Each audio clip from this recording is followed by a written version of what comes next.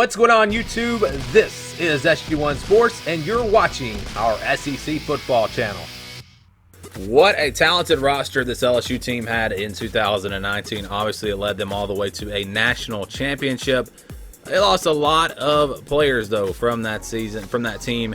You looked at 2020, and there are a lot of faces missing, but a lot of faces are back, and some very talented players are back for this team as well. We're going to take a look at their roster on NCAA football 21, which of course is NCAA football 14 with updated rosters for the 2020 season. We've been working on updating these rosters. If you want to get all of our updates, you've got to join us on Patreon. Link is in the description of this video. Check it out. Join, you'll get the updated rosters. You'll get some other things as well. You can read all about it on our Patreon page. So check that out if you'd like to get these updated 2020 rosters for NCAA football 14. Before we get into the roster preview, just wanted to quickly tell you how all of you can help out with these rosters and help us to make them as accurate as possible. If there are number changes for players, if there are incorrect years that you see on this roster, please let us know. Some of these rosters we started doing back before even the spring rosters had been released, so some of the freshmen didn't have numbers yet, and we're just going to go back and do those later. Or maybe some players changed their numbers. Maybe a guy got redshirted last year and we missed that, and we've got him as a senior and actually they're a redshirt junior or something along those lines. So if you see any of that, you can help us out there. Also, players that are no longer on the roster, maybe players that transferred that we had not taken off yet, you can remind us of those players, which of course I'm always checking the transfer portal. I'll come back and get that anyways, but it would just help out if something is put out there for us to make sure we don't miss it. A player that maybe has transferred, or a player that is not really expected to play much, not really on the too deep. If they're an upperclassman, we'll probably take those guys off the rosters and just tell us who you think they should be replaced with. Who do you think should be on this roster that is not? If it's a young player, a freshman, maybe they don't play, but they're still going to stay on the roster because you got to have those young players. The ratings are pretty much set, though. We have a specific formula that we use that's based off of a bunch of different numbers, stats.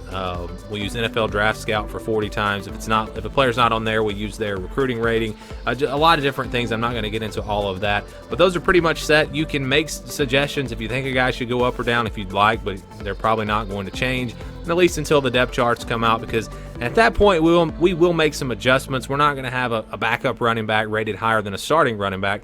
Obviously, that would make no sense. So there could be a little bit of adjustments there. Also, when the all-conference, all-American teams are announced, we may tweak some players in those cases as well. But for the most part, it's all based off of this formula. Heights and weights, don't worry about that. We will come back and we will get all of those when the fall rosters are released, because those numbers can change anyways. There's no point in trying to update that and then it changes again. So we'll knock that out once the fall rosters come out. But if you have any help here, if you guys follow your team closer than anyone. If this is your team, you probably know a little bit more about them than I do.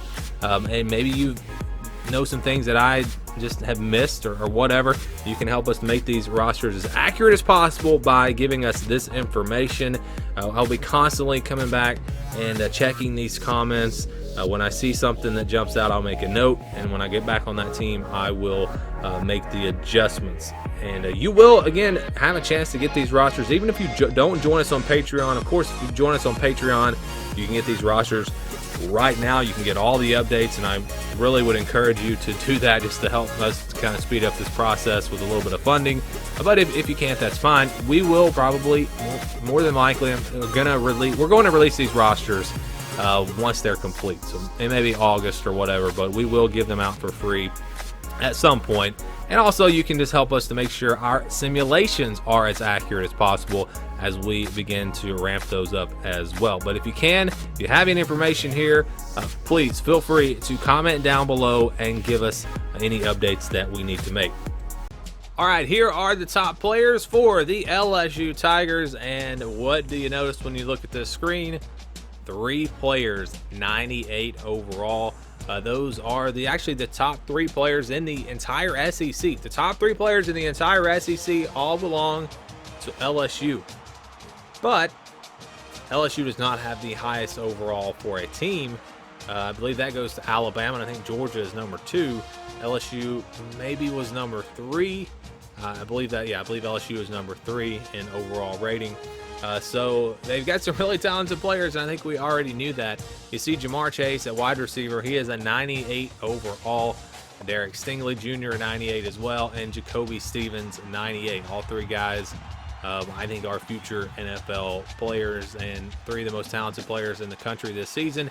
And again, they all are on the same team. And then you got Kerry Vincent. He's a 94, mostly probably because of his speed. He's a 98 speed. So, yeah, that's a lot of speed to have there in the secondary with him. And then also Stingley. Stevens maybe not quite as fast, but still a lot of talent in that LSU secondary. 3 of their top 4 players are from that secondary. So Kerry Vincent going to be more like probably a nickel back on this game, the 3rd cornerback or the number 2 strong safety. Then you would go to the offensive line. There is Austin Deculus. He's a 90 overall. Todd Harris Jr. free safety 88. Terrace Marshall an 87. John Emery Jr. running back 86. I've said before, I think he's going to have a breakout year. I think his rating will go up by the time we get into the season. Neil Farrell, he is an 86. And then Tyler Shelvin, also an 86. Kayshawn Boutte, I guess is how you say his name, 84 overall. That is the highest rating you can get as a true freshman because he is a .99 whatever on 24/7 Sports, and because he's a wide receiver, he is an 84 overall. So that is an instant playmaker to add to this offense. Good Logan, an 84 at right end. Damon Clark, an 84, the most experienced linebacker coming back for this team. And I don't know what I'm doing here. I'm supposed to be going position by position. So let's go back and go to the quarterbacks. Miles Brennan is an 82. You've got Peter Parrish, a 74. Max Johnson, a 74. I believe it was Parrish that's gotten into a little bit of trouble, suspended from the team. So we'll have to check on that and they have to replace him. At running back, you got John Emery, like I said, 86. You got other guys as well. Davis Price, an 83. Curry, an 83. And then Bradford there at 78. So they've got options at that running back spot. Torrey Carter, fullback, been there a long time. He is a senior. He's a 77 overall. Wide receivers, again, Chase and Marshall.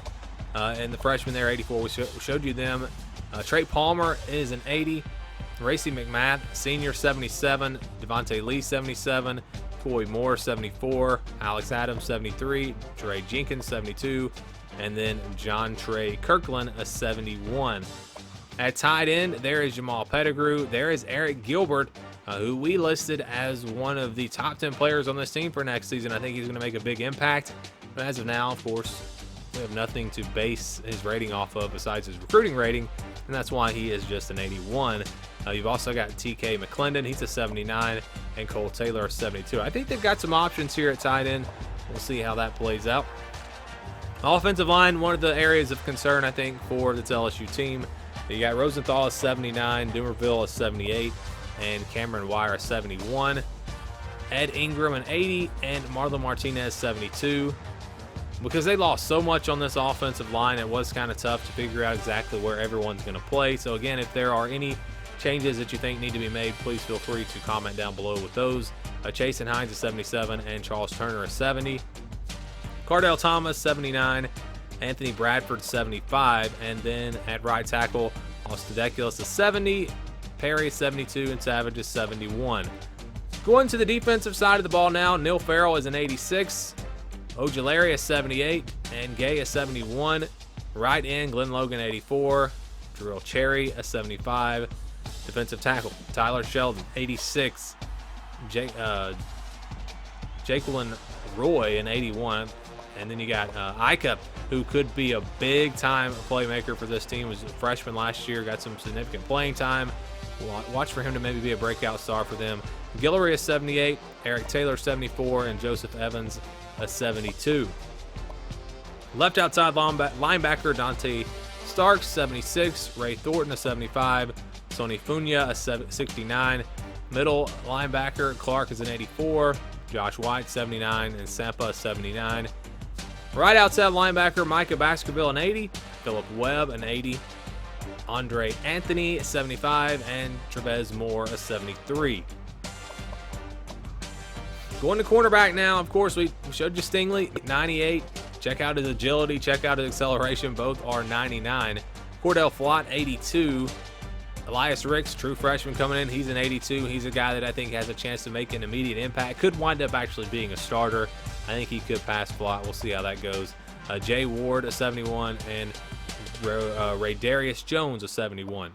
Free safety, Todd Harris Jr., 88. Marcel Brooks, an 80. And Jordan Tolles, a 79. Look for Brooks. I think his rating could maybe go up once we get into the season. Strong safety, again, Stevens and Vincent. Is there a better 1-2 punch than that in the country? I would say no. Eric Monroe, not bad either. He's an 80 overall. Kicker is Cade York. He is a 78. And then the punter, Zach Von Rosenberg, a 70. And remember, the kickers and punters, the ratings formula for those two positions have not been finalized. I think you're going to probably see Cade York's rating go up. I'll have to wait and see how that goes. But as far as everything else goes, if you guys have any information, any players that need updated, anything that's incorrect here, positions, numbers, anything, please feel free to comment down below so we can make these rosters as accurate as possible. And once again, you join us on Patreon, you're going to get all these updates. You're going to get the updates during the season. You'll see players' ratings change based off of their performance on the field. But we will have one roster that we do put out for free. So if you're not going to join us on Patreon, and I don't know why you wouldn't, I mean, it's just $5 a month. But if you're not going to join us and you still want to get these rosters, you'll get them once they are complete, or at least once the Power 5 teams are complete. But I'm not going to spend a bunch of time worrying about all these updates for a bunch of free rosters. But again, we'll probably have one roster that I'll put out for everyone. So you're helping with that roster as well. And again, even if you don't join on Patreon, but please, guys, help us out. Help us get these rosters done faster. Join us on Patreon, and you'll get all these updates. And again, you'll help support us, which will help us to spend more time on this and get these rosters out much faster. Again, your thoughts down in the comments below. Thank you guys for watching this video, and stay tuned for more here on the SG1 Sports YouTube channel.